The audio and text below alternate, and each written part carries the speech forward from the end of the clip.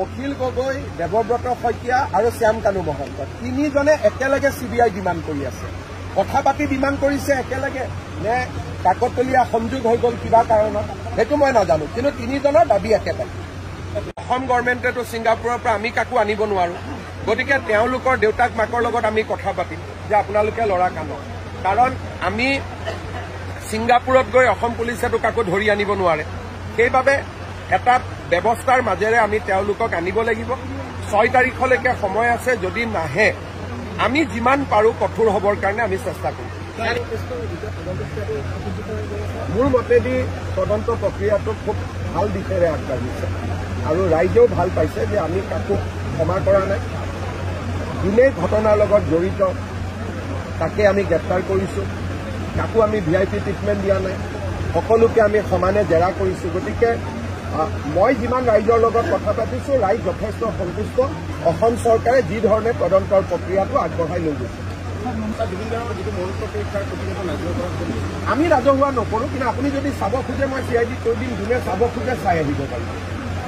লুৰিণজ্যোতি গগৈ বিচাৰিছে চোৱাৰ কাৰণে, CIDয়ে তেওঁক মাতি আনি দেখুৱাই দিব। আমিতো ৰাজহুৱা কৰিব নোৱাৰোঁ, কিন্তু যাতে মানুহৰ মনত কোনো সন্দেহ নাথাকে, কোনোবাই যদি চাব খোজে CID অফিচত গ'লে আগতে IGPৰ সময় লৈ গৈ চাই আহিব পাৰিব, আমাৰ কোনো আপত্তি নাই। চেইন লাইনৰ ৰাজহুৱা কৰি যদি মই প্ৰকাশ কৰি দিওঁ তেতিয়াহ'লে কোৰ্টৰ বিচাৰত সেইখনৰ কোনো ভেলু নাথাকে। Shyam Kanu Mahanta, Akhil Gogoi is also demanding the CBI inquiry. Assam গভৰ্ণমেণ্টেতো ছিংগাপুৰৰ পৰা আমি কাকো আনিব নোৱাৰো, গতিকে তেওঁলোকৰ দেউতাক মাকৰ লগত আমি কথা পাতিম যে আপোনালোকে ল'ৰা কানক, কাৰণ আমি ছিংগাপুৰত গৈ অসম পুলিচেতো কাকো ধৰি আনিব নোৱাৰে। সেইবাবে এটা ব্যৱস্থাৰ মাজেৰে আমি তেওঁলোকক আনিব লাগিব। 6 তাৰিখলৈকে সময় আছে, যদি নাহে আমি যিমান পাৰোঁ কঠোৰ হ'বৰ কাৰণে আমি চেষ্টা কৰিম। মোৰ মতেদি তদন্ত প্ৰক্ৰিয়াটো খুব ভাল দিশেৰে আগবাঢ়িছে আৰু ৰাইজেও ভাল পাইছে যে আমি কাকো ক্ষমা কৰা নাই।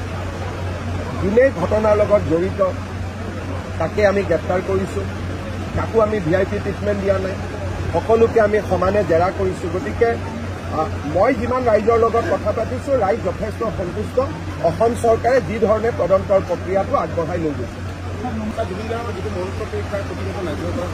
আমি ৰাজহুৱা নকৰোঁ, কিন্তু আপুনি যদি চাব খোজে মই CID কৈ দিম, যোনে চাব খোজে চাই আহিব পাৰিব।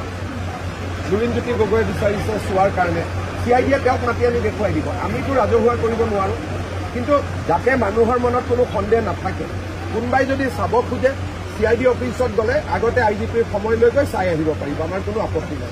চেইন লাইনৰ ৰাজহুৱা কৰি যদি মই প্ৰকাশ কৰি দিওঁ তেতিয়াহ'লে কোৰ্টৰ বিচাৰত সেইখনৰ কোনো ভেলু নাথাকে। Same like Shyam Kanu Mahanta, Akhil Gogoi is also demanding the CBI inquiry.